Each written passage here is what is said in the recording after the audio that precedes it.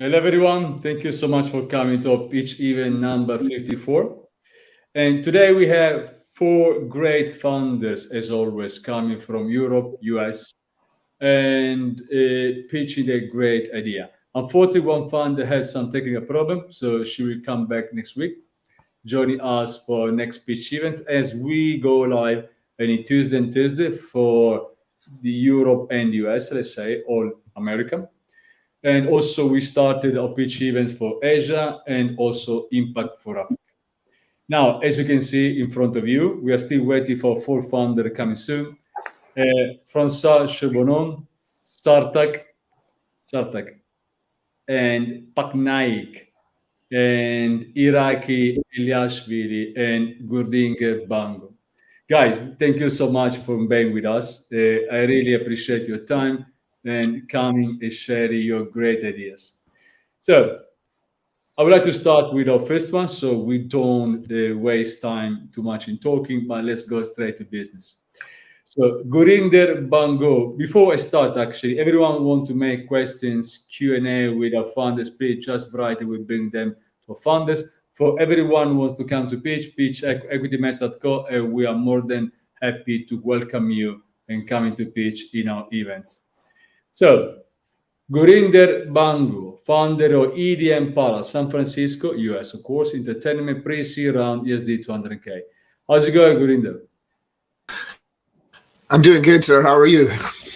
Oh, good. Thank you so much for coming. So, let's give an intro to yourself, and after, please, just go straight to pitch. Yeah, my name is Gurinder Bhangoo, and my background has been in sales. I have some manufacturing experience as well, but one of my greatest accomplishments in technology was building a blockchain back in 2017 when there wasn't any YouTube videos on how to make it. This is way back in the day. I was able to code up Web3, and I started teaching actually a lot of the courses on there. Big uh, technology fan and really good at figuring it out. I also owned a retail printing store, so I have business skills. I brought it up from $0 in sales to 320,000 in my fourth year, and I ended up selling that business. I actually ran for governor of California also as well. So I'm a person who likes to get out there, and technology is just part of my backbone. So EDM Palace is the name of the is EDM Palace is the reality show for music producers. We've all seen reality shows, all kinds of reality shows. Are the most famous are American Idol, and we haven't really seen one yet for music. We've seen it for dancing. And one thing to note about music producers is they're already spending about half of their time in hotels. They're either out producing music or performing their music, or they're actually in a hotel with other producers to make music is what they're always working on. And I thought, okay, well, when on all these reality shows, they're putting a bunch of people together. Why not actually just do the same thing?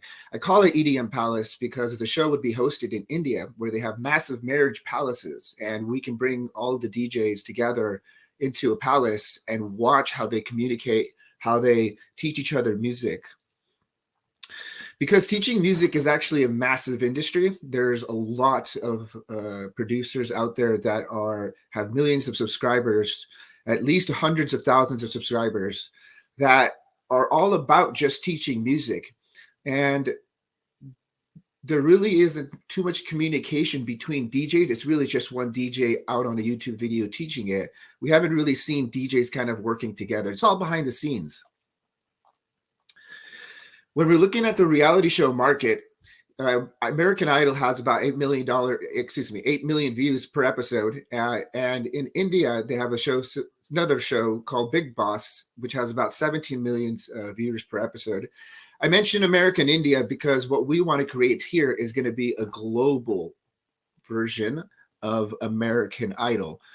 And the problem that's going on right now is that Americans can only watch American Idol and Indians can only watch Indian Idol or Big Boss. There's no way to watch the other market. And that is a massive potential of a bunch of people from India watching a TV show over here and vice versa.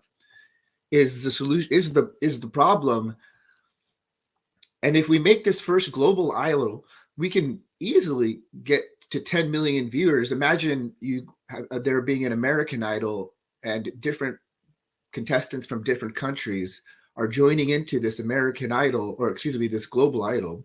You would actually have countries joining together to watch this episode to root on their own person from their own country. And you can actually have a global audience.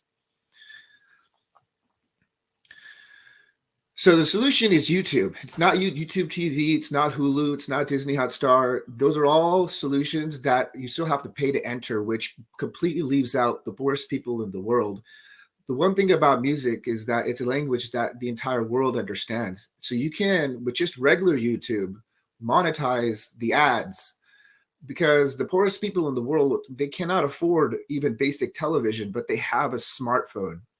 So we've hit that inflection point where we have enough poor people that have cell phones, they have access to Wi-Fi, and they also understand music. They can also understand someone from their own country, that we can actually create a solution to having a global market. So it's basically three things that we're doing is we're creating a worldwide reality show, which doesn't exist.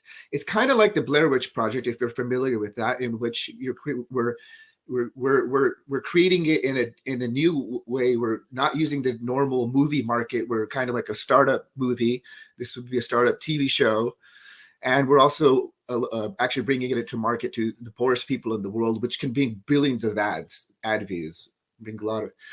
My ask is $200,000. With that, I'm able to bring in 10 DJs, and I can have the best recording studio. I can have the best stage for them to perform at, and basically provide everything needed to make a global reality show. It's very economical. The cash I've got running cash. We're going to have sponsors. There's going to be few sources of revenue. It's not even just the streaming revenue, but this shows us we can make money back within 2 weeks, and I have that listed all in detail in my business plan. The costs are going to be for that 200,000. 2 months before, I'll spend 100,000 of that just getting everything ready. Got to get the palace ready. Got to get the equipment there, installation there, and then a 30,000 just before, and 62,000 is going to be spent over the 10 weeks. So with that, we can get 815K revenue for season 1. And that's, again, all listed details on my business plan. And there's more ways to generate revenue. So with that, my terms are just to make the money. I'm going to how to put this in details. I just want to make my money back. After that, me and my video producer partner will be able to have 51% of the company so that we can bring on season 2 and so on. And that is my presentation. Thank you, Gurinder. So what do you want to do? An online show for producer that the music, I believe, producer that not only created the show but actually teaching on this show as well. Yeah. And is this 100% live or something different? It will be both. So what will be unique about this is it will be 100% live, and I will be producing daily episodes within 24 hours of everything that happens, and focusing on trying to catch the moments where they're teaching, where musicians are teaching other musicians. And I think there will be a lot of interest for people who want to learn how to make music in an episode like that. For what is my understanding, creating TV show, they're pretty demanding in any possible way. So do you need a very strong crew behind you to do something similar, or you can do it easily yourself and maybe a couple of people with you? It's going to need what's really important. The technology is all there. And then what's going to be needed is someone who's going to be able to edit all of the videos. There'll be a crew that needs to be hired out over there in the palace. We'll be right next to the palace. And I will be the one, I'll be the host. And also I'll be the one that's going to tell the video editors what's going to be on the episode. So there will be a crew, yes, to make sure all of these things, security, medical, all of that has to be there. It's all within the budget. Why India? India is because one of the costs, I know India. I know India very well. I was just there for 4 months. And the Goa is actually the EDM hub of India, EDM electric dance music. And so there's a lot of tourists over there. And so we can actually bring, when DJs are performing, we can actually bring in guests that are in Goa. I want to try to bring in the guests and make revenue from selling tickets and watching the show, food and drinks and whatnot. So you're doing both venue and live online on YouTube. Now, are you sure 200K is enough? 200K is enough. It's right at the, it's exactly enough. It'll bring in the DJs. Labor over there is very cheap, but you can get good quality stuff over there for a very good price over there. That's why I'm very confident about this. I have the number 200K set. I have the breakdown in my business plan. But I mean, which kind of investors are you looking for exactly this venture? It's not that conventional as venture capital. It's more give you the money for get the money back pretty shortly after a few months. But what is the long view on what you're doing? Is something short that you want to do now is going to finish, or is something more visionary? Yeah, it's going to be completed in 6 weeks, the first season, but I plan to go on many seasons. Once the big DJs see this TV show going on, we'll bring them in as judges. The big DJs of the world will be the judges. You might even see some of them joining the TV show. I plan to make this season long, 10, 20, 30 seasons, however long I can make it go. My last question is this one. In terms of market, right? How big you can go? I believe, well, we have a potential global market. If we have 8 million in American watching American Idol, 17 million watching Big Boss out in just India, imagine if we bring in Africa and we bring in Europe and South America. I mean, we can go 10 million, 20 million, 30 million. If we turn it into some sort of Olympics, then we can bring in a global market, an Olympics for music. I mean, but targeting this huge audience, how do you target them? How do you reach them? Right now, well, it will be through YouTube, not through the YouTube TV, not through Hulu. It will be through just regular YouTube episodes, which everyone can watch for free. They just have to watch ads. Okay. Stay with us. Yes, Uh, don't go. We are all back soon. Thank you so much, Gurinder. thank you. So I'm moving to our second founder, Sarthak Patnaik, CEO of Creative Exchange Inc., Delaware, USA, entertainment, education, NFT, and music, seed around USD 2 million. How's it going, Sarthak? Hi, Massimo. Good. How are you doing? Oh, good. Thank you so much for coming. So let's give an introduction to yourself before talk about business. Sure. So I'm Sarthak. Like I've spent most of my time working on software products. Like I've worked with like larger banks all around the world, including Morgan Stanley, Citigroup, Smith Barney, and all the others. From there, like I always thought like there should be something which could be done for the uh, human capital in the world, and one of the biggest human capital is the musicians. So that's where the idea of starting Creative Exchange came about. So Creative Exchange is an innovative platform. What we want to do here is like there are 7 billion musicians like around the world who want to play live shows. We have about 15 million plus hotels and restaurants around the world like who want to get more customers and increase revenue. So what we do is we basically do a matchmaking between the musicians uh, uh, and the venues, and they can create concerts in minutes, and that means a full concert like with a concert page and like event page with the possibility to ticket, follow the concert, and like all the features of social media. How are we different? Like we are very different from the old manual system of booking, like booking being just one of the aspect. So we reduce like hours. I have a full social media, like I was talking to you about. We are electronic, like in terms of like payment in cash and stuff. Like there's no hassle, so a hotel can set up a show in minutes. Right now, we are working with a lot of different wineries, hotels, lots of restaurants and all. We have 7,000 plus musicians on the platform. We are we are growing through partnership. So on the demand side, we have hotels which are aggregated through Avendra and Bird Street. Like we have lots of other valuable partnership. We have partnership with music schools and other institutions on the musician side, and we are growing large.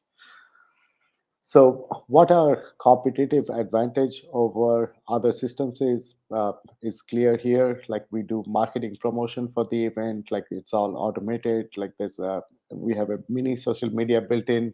We have fan engagement, and once you book, everything is set up for you.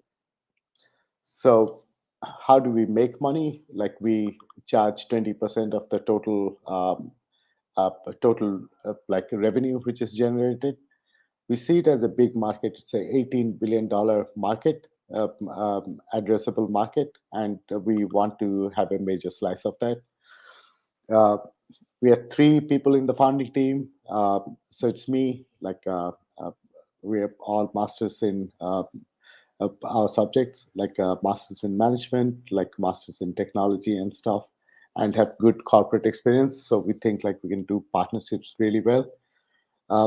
We started in 2017, stopped for COVID, did many different other products which are part of the Creative Exchange package. Now we are relaunching and going back into the hospitality market. What we are looking for is $2 million USD in safe note.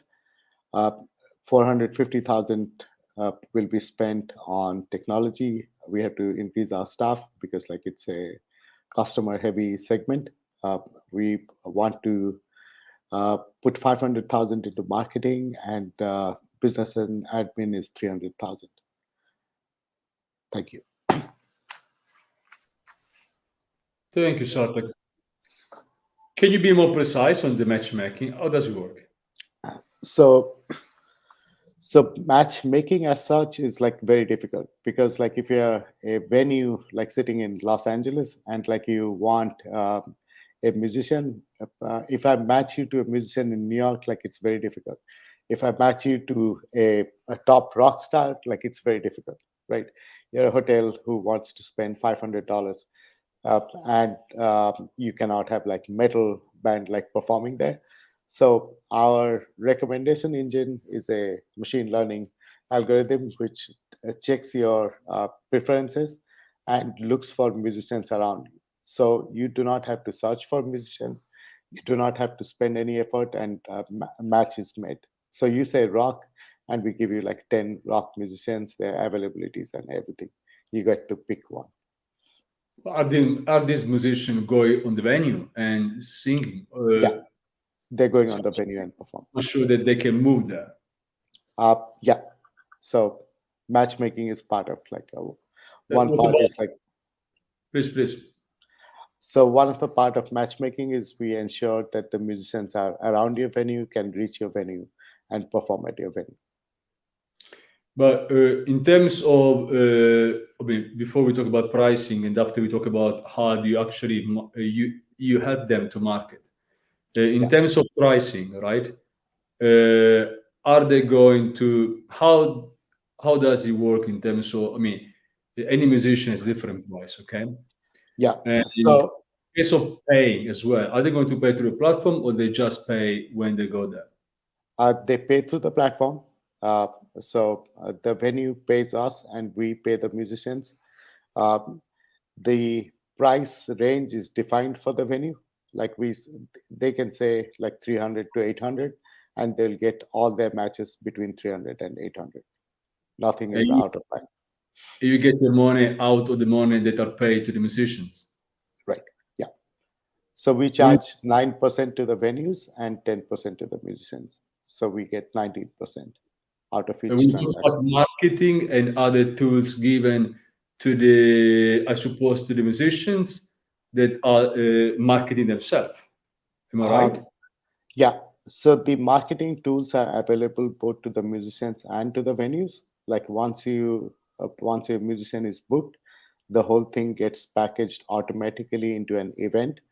there is an event page which is added to your venue page. So that way, like everyone who follows your venue can see like who is performing next. Uh, Once this matchmaking and like booking is done, this goes out into all the social media automatically. So everything is automatic from that point on.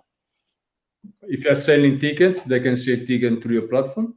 Yes, they can say $50, 10 tickets or 100 tickets, and like on the same event page, like there'll be a buy ticket button, and people can buy tickets. How do you get on board both sides, the hotels, venues, and musicians? So we have partnerships. Like we learned, like initially, like we were doing it manually to learn the market, but now we have learned everything about the market. So we have partnerships with organizations which work with the hotels, and we have partnerships with schools and different organizations which work with the musicians. So we can channel like both the demand side and supply side through our partnerships. I mean, this round is 2 million, right? So Yes. any particular investors you have in mind? Do you need someone well knowledge at least in music or the marketplace or something Uh, similar? so hospitality, marketplace, and music would be our three sweet spot in terms of like musicians, because they understand like one side of the market. Uh, Marketplace investors are more than welcome, because like with marketplace investors, like we get another set of expertise. So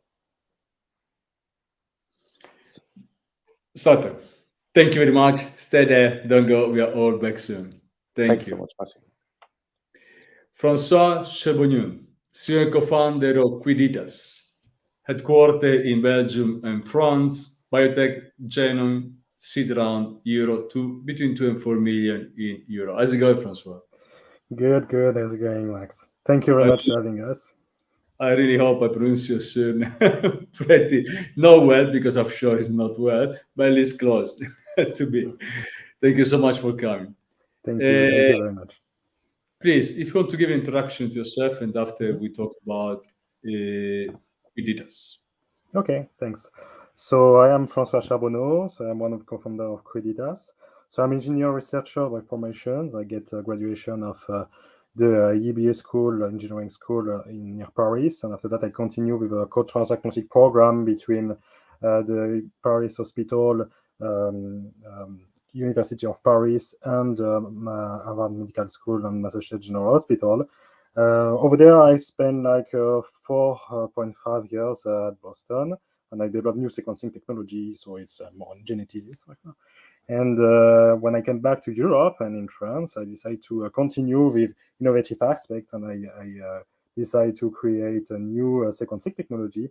And this is what I present today with QUIDDITAS. So QUIDDITAS is founded in 2021 with me and my wife, Aurora. And so it's a sequencing platform. It's a GenTech. And what you have to let me just first introduce the genome editing context, because it's a really booming sector over the last decades. So we can cite CRISPR-Cas9, the molecular scissors, which received the Nobel Prize in 2020. And CRISPR can cut precisely inside the genome anywhere, but it lacks for some applicability or from transfer to insert long DNA fragments like the genome. So that there is a new wave of technology, and in this sector, it's all about technology. And we can cite, new genome rewriting technology like Tessera or Prime Medicine with David Liu. And this is what we propose with our GenGrade technology or proprietary technology. So great for gene recombination along with transposase. So one thing that you need to know about our technology is high versatility. It can replace, insert, or remove long DNA fragments in a single operation. You can also modify mRNA or single-stranded DNA. And it's really well optimized in 10x more CRISPR in terms of insertions. And because we use 4 binders, it reduces drastically the off-targeting effects and increase the specificity. It's really stable, and it's inherent to the transposase activity. So why? Because the plus is to use transposase. Transposase is a well-known protein. It's discovered during the 50s, and I'm sure you have a question why transposase are not really used as a genome editing tool so far. The main things that the transposer lacks in this area is that when they took a genes and they transpose, it's completely random. But you need to know that transposase just bring the living in terms of evolution, of the DNA evolutions from bacteria to human. It's present in any cell types. So it means that there is a lot of things to do. And what we propose is the first way to really control an easy control transposase. So how we do that? Basically, when transposase make a dimer, they just merge on the recognition fragment, DNA fragment, and we just bioengineer this fragment. We put a leash, and we call that sarcophagus, and basically it's a molecular beacon. Means that when there is only an annealing to a target, DNA annealing, they release the complex and they can release the transposase, and the transposase can make the tagmentation, the cut and paste activity on the right spot that we want. It's really easy and it's really plastic, and you don't see the potential of these conformations. It means that you can use in different models. It's really plastic, and all cell types know these modifications, which is really important in terms of therapeutic aspects. So we are on the market, on the synthetic bio market. So it's really booming sector, as I told you. It really grows really, really fast, and it's $20 billion right now. But we are more in the sweet spot of gene editing areas. It's $6 billion. And as I told you, there is competitor for sure. There is the CRISPR companies, and there is also, CRISPR associated with other molecules and other transposases, but they don't really use a model plastic as us. It's really flexible technology, and it's completely ownership, and the applicability, it's really, really a lot. We can be present in a lot of different sectors. So that it's really, QUIDDITAS is really the archetype of the genome editing platform. So it's for that the developmental plan for the next 2 years for this SIDS program, it's really to maximize, the results that we can do, focus on a therapeutic program, but we also start negotiate with corporates, with a big name in the sector, and we do know that there is a lot of traction about the technology in a lot of different sectors. So for that, we focus more in XKIS, it's orphan disease, and we also move in CAR T-cell, it's ex vivo program. So we will modify the cells and we infuse possibly to in vivo to mice. But as I told you, we will plan to generate data that we can use as a license and propose this data for a possible partnership with different partners and industrial. So we will modify stem cells and CAR T cells. It's a new oncologic program. It's really a fancy technology and fancy therapy right now. It's really hot, and the plan, is to maximize the potentiality to generate cash as soon as possible for the company. So what we need is a window between 2 and 4 millions, and we accept all of type of investor.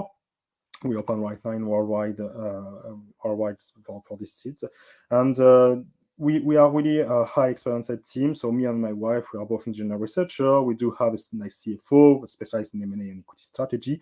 We do have also a nice KOL with George Awadi, which is the current CEO of Celiad, a nice CAR T-cells manufacturer in Europe, and Bertrand Alexandre, which is a scientific strategy director of GSK, and a nice sub as well, more gene delivery specialized and CRISPR specialized, because we need to be to have a support, because we do know that we have a young scientist. And I'm really happy to hear about your question, Max. Thank you very much. Thank you, François. Where are you now in terms of regulatory? So right now it's pretty early stage technology. We test in vitro in gold standard cells, if I can say that. It's X cells, and we compare the efficiency and the feasibility of the technology, and it's really promising compared to CRISPR. But it's not really a matter to compare directly technologies, because it's a bit different. But we plan, if we can get let's say 4 millions to generate some data in vivo, means that we will start the preclinical test of the technology. In terms of timing, when the business model must be based on data, for what is my understanding. And when who would be your target in terms of clients, and how long does it take to start generating? Because we all know the healthcare genome tech timing is pretty long. What matters investor is, okay, I can stuck there for too long, right? Especially when it comes to investment in funds, one day they must give the money back. So what is the timing, and which are the first revenue stream in terms of target clients that you want to approach? So it's really nice question. So it's for that we prefer to focus on genome editing platform. Means that the data that we generate, it's more on drug delivery pipeline, but it as you say, it's 15 years, to have a product, in biotech. But what the plan is to generate enough data to have a solid proof of concept and make license and partnership with different partners. Let's say for the CAR T cells, we can easily, generate data in the 2 next years. Means that we can easily make a license or partnership, and we let the development through an industrial partner for that. So you need to think that our technology could be adapted in agri-tech in a lot of different contexts. So we will try to challenge the technology and generate revenue as soon as possible first. So means that in terms of investment, we suppose that the plan is really to generate cash by license and by partnership. What's the plan to expand? To scale your business now? So when we generate some enough data in a clinical context, for sure, at that moment, we will go, through Series A, Series B, to just focus, on just, give license from, QUIDDITAS and to QUIDDITAS therapeutics company, and we'll go through, therapeutic pipeline. But there is another story. So the plan is to have, 2 different entities, one who manage the platform and generate license and partnership, and another one, focus more on therapeutics. And there, for sure, it's long stage. It comes to a clinical trial and everything like that. That's a long way to go, right? So what investors you're looking for now, they can stay with you for the long time? So they are looking for both, So we for sure, when you spoke about, VCs, they are more specialized in therapeutics, so they focus more on therapeutics. And we wanna, be present on the therapeutic. It's for sure, when you think about that, you think about orphan disease or something like that. But to be sure that if we have a business angel that they are interested, to get some gen tech, it's also possible, to make money for like in the platform model. So it's for that it's an hybrid, context, but it's really plastic, and we do know that there is traction for these models. I can tell you that there is a nice deal with a big industrial that they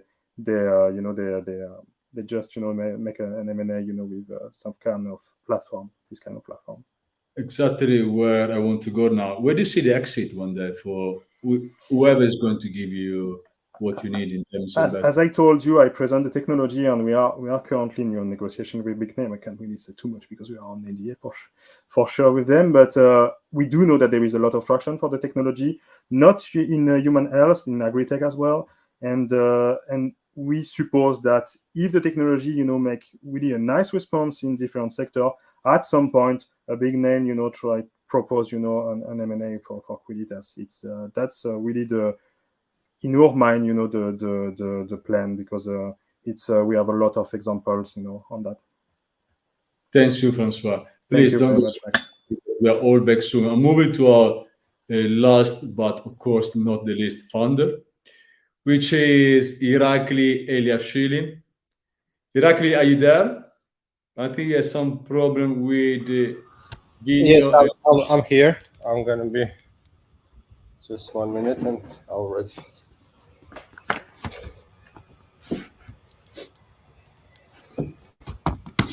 Let's wait for Irakli to come to us.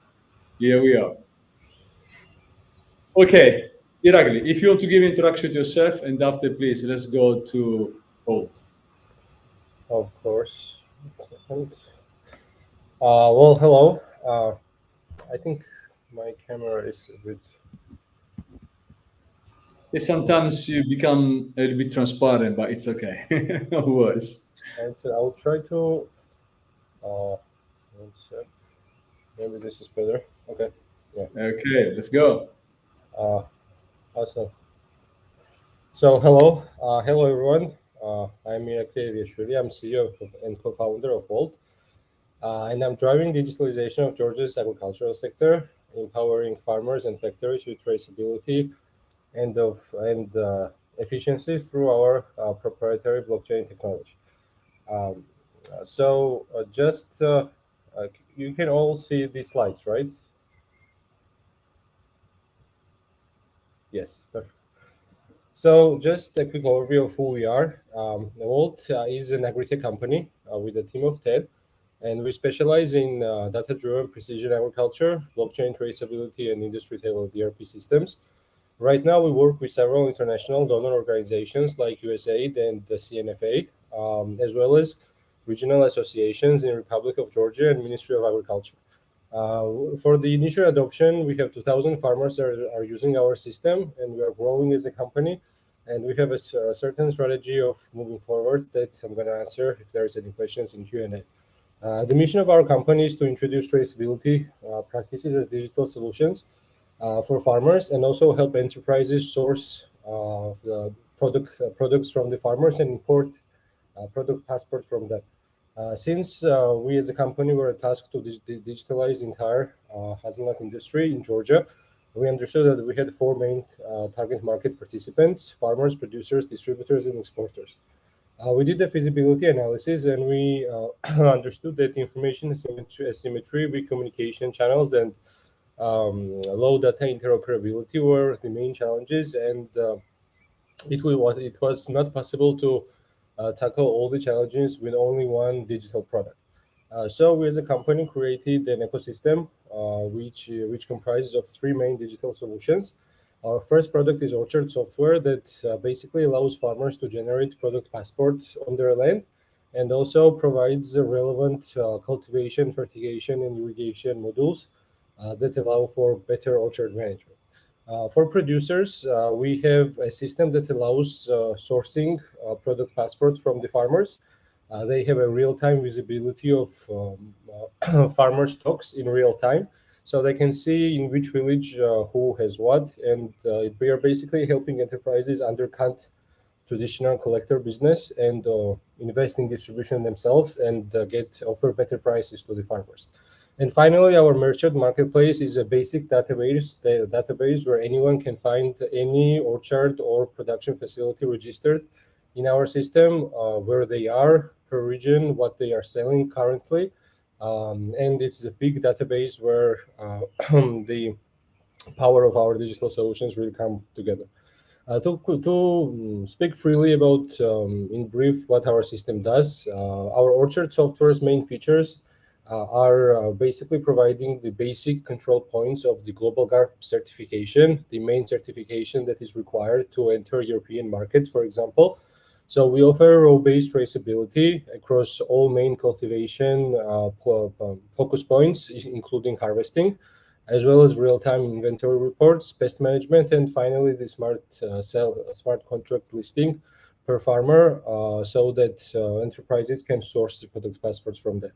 As I said, our enterprise solution also follows our traceability goal, so that, for example, when a factory produces a dry hazelnut kernel, we have a special holograms that we attach. Once consumers scan this hologram, they know exactly which farmer collage was this production coming from. They know their cadastral code, irrigation numbers, the invoice of the fertilizers used, and so on and so forth. So it's a really interesting feature of end-to-end traceability from cultivation to the end delivery. As I said, all our digital products and the important steps that we did as a company so far are that we have already 2,000 early adopters. We work directly with associations, and associations provide compliance of data for us. This really helps our operations currently. We have a 4-month runway right now to continue with the development, and we are really heavily reliant on governmental grants and support so far. Therefore, we are working on, for example, digital weather station in-house, because Georgian government has a good grant program that allows farmers to buy them. So we want to create a product to satisfy the demand. The revenue, how we make money, is pretty straightforward. We charge per hectare fee for Orchard software. And for enterprises solutions, we charge a certain fee per hologram. in hazelnut, we charge €3 per 33 kilo, and we pay 20% of this revenue to the association so that we can cover their compliance costs. So the expansion I can briefly talk about during the Q&A, but I want to talk about my team. We have been doing this business more than 3 years together. We have raised funds through venture capital, USAID, and governmental grants. But it is important for me that we inspire change. We go village by village, we talk to farmers, we have an academy in one of our regions, and we always try to bring change to the society where we do business. So thank you so much for listening to me. If you have any questions, we can go in detail in each subject, as well as talk more about our expansion potential in B2C segment. Thank you. Thank you, Irakli. Let's start with the 7 pain points that you are trying to target. Which one do you see more today in line with your solution? And also, you have several revenue streams as well. Where the money most are coming from? So in terms of the main pain point currently, I think that it is pretty similar, not only in Georgia, but for example, in Italy and other European countries, there are a lot of farmers that have less than 5 hectares of land. For example, in hazelnut, there are 70% out of 50,000 hectares are just people who have 2 or 3 hectares. So in a lot of cases, there are a lot of middlemen companies that go village by village, collect this hazelnut or other products from the farmers, and then resell them to the enterprises. And the only reason why they are like right now active in business is that enterprises do not have real-time data tracking on farmer goods. So if as an enterprise, for example, post-production company, if you know that in this village there is 5 tons of goods, in next village next to it, it's 15, it is worth for you to invest in distribution yourself because you know where to go and pick it up. And in this case, because you are able to source higher quality, same variety of goods, you pay better price to the farmers. So having a traceability doesn't necessarily mean that you will get a better price because you have a product passport. But the idea is that because you have basically a big digital cooperative of a lot of farmers, and if you know all the information, it allows enterprises to give better price quote for the farmers. Regarding the most profitable enterprise, is by far the subscription payment. For example, in Georgia, we charge 10, which is 3 to 4 euros per hectare. And it is important to understand the direction of our company because there are a lot of competitors who offer digital farming solutions, but we are not a digital farming company. We are a product passport making company that has some features of digital farming to provide better use case for the farmers. Because we understand that in most cases, big ERP systems, only 10% of their functionality is used by the farmers of that scale. Therefore, by providing a really competitive price for just product passport, but also having some small ERP features that farmers are most likely to use and are relevant, is the value proposition that we are entering the market right now. When you talk about product passport, can you be more precise? What exactly are you giving to them in terms of information? The idea of our solution is straightforward in a sense that when you register, we create a private blockchain wallet on your account. And after that, after you have finished with all the cultivation procedures per row, and for example, you start harvesting procedure in our system, we basically have a traceability of per batch basis. So this batch comes from rows 1 to 5, for example, and it's, for example, 1 tons. After that, since all of the fertigation and pest control has been also uploaded into the system, we know exactly who went to this road to apply certain pesticides. We know his ID number, for example, which is a requirement in a global GAP certification, for example. So basically help farmers to do record keeping necessary to get a proper certification to get product on the export. But what goes more on is that farmers have ability to, when they make a sale, basically factory buys the smart contract that has product passport attached to it from a farmer. But the cool part is that when the enterprise sells, for example, large quantities right now, they are basically selling in compiled contracts that they have purchased from the farmers. So when a distributor, for example, big company like Ferrero comes to buy, for example, hazelnut from a big factory that produces dry hazelnut kernel, they are basically buying individual hundreds of contracts that this factory has with the farmers. And per hectare, they know full product passport information. So when a container of hazelnut goes to Ferrero, for example, each 33 kilo bag will have a hologram.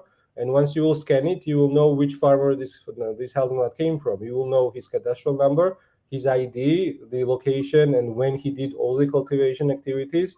You will know the invoice, the per fertigation, for example, of the materials he used.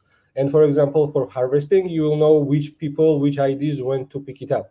It is important in Europe that child labor is not used in the harvesting. So harvesting is a very sensitive topic in more industrial quality goods like hazelnut, blueberries, and harvesting tracking is one of the most most expensive parts of the whole cultivation process for the big orchards. I mean, why adopting blockchain? So blockchain, and I'm fundamental blockchainist in that sense, and we are not using blockchain because it's cool, because it's what a lot of people do at this point. For us, it is important. Now, Vault in its essence is a finance project, but we'll need agro compliance to make financial projects product a reality. And with the financial product that we have in mind is for factories and even farmers to have ability to pre-sale future contracts. And the cool part on the blockchain and why we use it is that, for example, if a factory sells, say, for example, 10 tons of hazelnut contract in 2025, it means that 30 contracts will open in our system.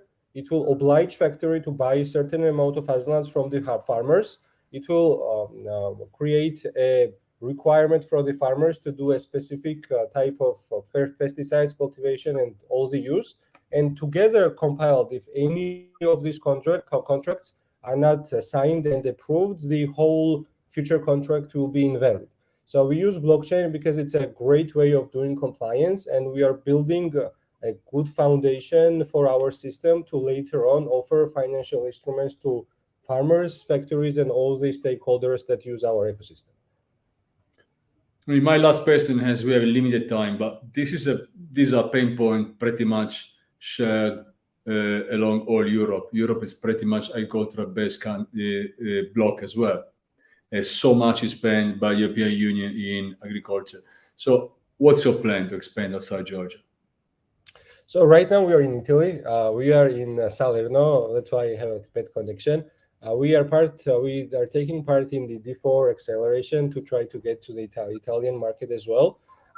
Right now, our strategy of moving forward is also kind of straightforward in a sense that since we are USAID contractors, we will enter the countries that USAID currently operates in. And it has a very strategic importance for us because USAID funds the payroll of the Association Agro Consultants. So a very important part of all of this enterprise is to have an authenticity seal on the information, because farmer can say that he did something, So unless you actually physically verify that the farmers are not lying and this information is indeed correct, then this whole enterprise becomes really valuable. So the business model that we operate is that we don't market ourselves to the farmers that, okay, anyone can register with us. That is not true. We cannot afford support right now. However, since we are working with the associations, the USAID in Georgia, and we are now discussing in Turkey, Azerbaijan, and Italy, USAID gives grants to cover up to 6 months of operating payroll for the association consultants who physically validate the farmer information. For example, in Georgia, there are 24 such people, and each person has roughly under 100 people under their management. So whenever a person submits a form that they have, for example, done a pesticides use, it goes straight to the agro consultant, and only when agro consultant digitally signs it with their private key, only then the information goes to our quantum, our hyperledger, and gets hashed as a product passport. So we plan to right now cover and focus greatly on hazelnut. And a lot of people don't know that Turkey, Georgia, and Azerbaijan are 80% of global hazelnut market. 70% is Turkey, and 5 is Georgia and Azerbaijan. But even if we don't expand to any other product category, and our primary vector will be hazelnut, it's a $300 billion industry. But we want to focus on the more industrial products as well, like blueberries. It's very interesting product for us because it's quite costly and per kilogram, and it can have a better traceability, obviously.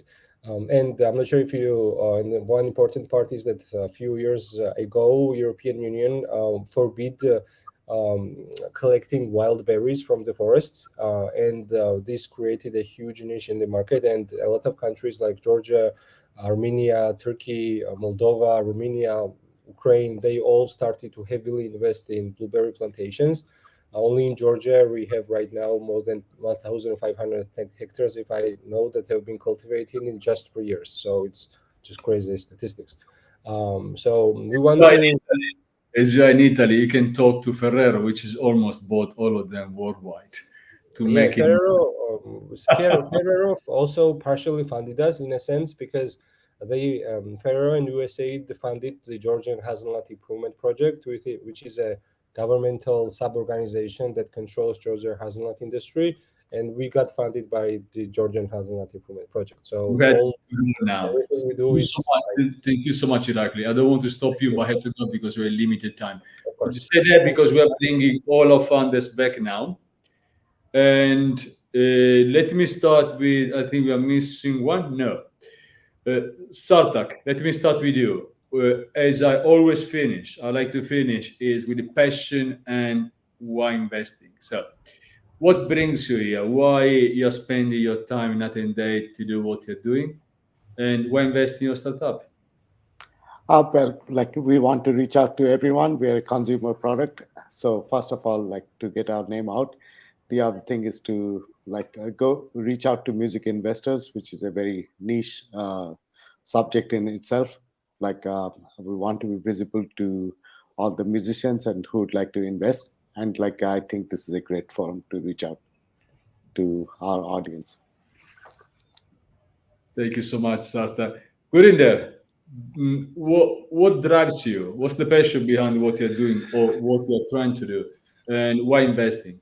Well, I'm a music producer myself. So this is a TV show that I would want to be on. So I'm basically creating the TV show that I know would be of interest to the world. And it's a show that I would want to be on myself.